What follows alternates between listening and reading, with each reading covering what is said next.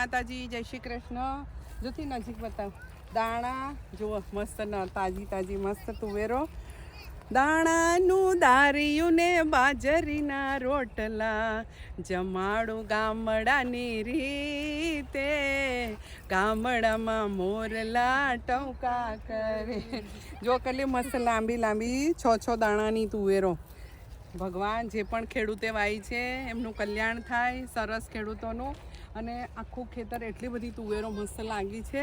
અને હું તો મારા પરિવાર સાથે બેટા આવી તો આ બધા સાથે ખેતરમાં ઉજાણી કરવા જઈએ છીએ. દાણાનું દારિયું બનાવ્યું, રોટલા બનાવ્યા, ભાત બનાવ્યા અને 2 શાક બનાવીને મસ્ત રીતે ખાવાના છે ખેતરમાં. ચાલો તમે પણ અમારી સાથે દારિયું ખાવા, ભાત ખાવા, રોટલા ખાવા. આ તો બીજાનું ખેતર છે, અમારું નથી. અમારા ખેતરમાં તો આંબાવાડિયું છે, એ પણ તમને બતાવીશ. ચાલો ભક્તો, રાધે રાધે. બહુ મસ્ત તુવેરો છે, જુઓ તો ખરા. જા આમાં જ મને લાગે 2-3 કિલો જેટલી આમાં જ હશે તુવેરો. જો કેટલી સરસ છે ને. હા જો મારી બેન તોડે છે. એ તો ગામમાં કોઈ પણ ના પાડે, પણ આપણે પૈસા આપી દેવાના, પણ એકદમ તાજું ખાવાનું તો મળે. ચાલો ભક્તો, જો મારી બેન તો તોડવા માંડી છે બરોબરની તુવેરો.